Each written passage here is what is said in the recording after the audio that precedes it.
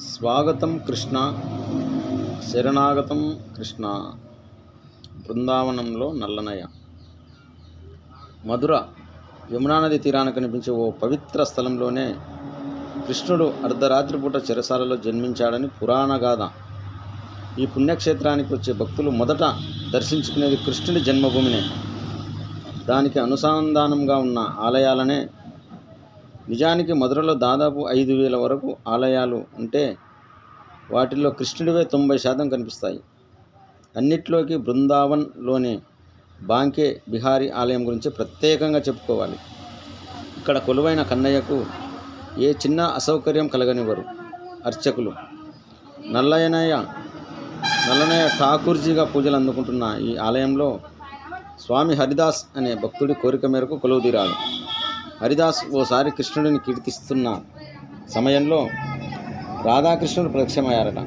హరిదాస్ ఆనందించి రాధాకృష్ణుల్ని ఒకటిగా చూడాలని ఉందనడంతో రాధాకృష్ణులు కలిసి ఒకే రూపంలో దర్శనమిచ్చారట.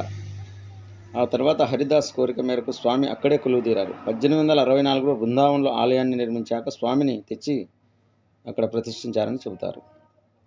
ఆలస్యంగా తెరుస్తారు. భక్తులు కృష్ణుడిని ప్రేమగా నల్లనయ్య అంటూ పిలుచుకోవడం తెలిసిందే. దానికి తగ్గట్టుగానే స్వామి రూపం ఈ ఆలయంలో నల్లగా నయనాందకరంగా కనిపిస్తారు. ఈ ఆలయంలో చిన్ని కృష్ణుడు రాత్రిపూట నిధివనకు వెళ్ళి ఆ తర్వాత విశ్రాంతి తీసుకుంటారనే ఉద్దేశంతో ఉదయం 7:45-8 మధ్యలో ఆలయ ద్వారాలను తెరుస్తారు. ఇక్కడ గంటల శబ్దము పెద్దగా వినిపించదు. ఠాకూర్జీని దర్శించుకునేందుకు భక్తులు ఎక్కడి నుంచో ఆలయానికి వచ్చిన నిమిషానికోసారి ద్వారాల పక్కన ఉండే పరదాలు వేసేస్తారు. భక్తులు స్వామిని ఎక్కువసేపు తదేకంగా చూస్తే ఆ భక్తికి మెచ్చి కన్నయ్య వాళ్ళతో వెళ్ళిపోతాడేమో అనే భయంతో ఇలా దర్శనానికి ఆటంకం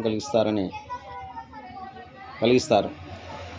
హోలీ కావడానికి ఒక్కరోజే అయినా ఒక్క మధురలోనే 40 రోజుల పాటు అంగరంగ వైభవంగా చేస్తారు. ఆ సమయంలో స్వామి రంగులతో మునిగిపోయి కనిపిస్తాడు. మధుర నుంచి దాదాపు 12 కిలోమీటర్ల దూరంలో ఉంటుంది ఈ బృందావన్. స్వాగతం కృష్ణ, శరణాగతం కృష్ణ.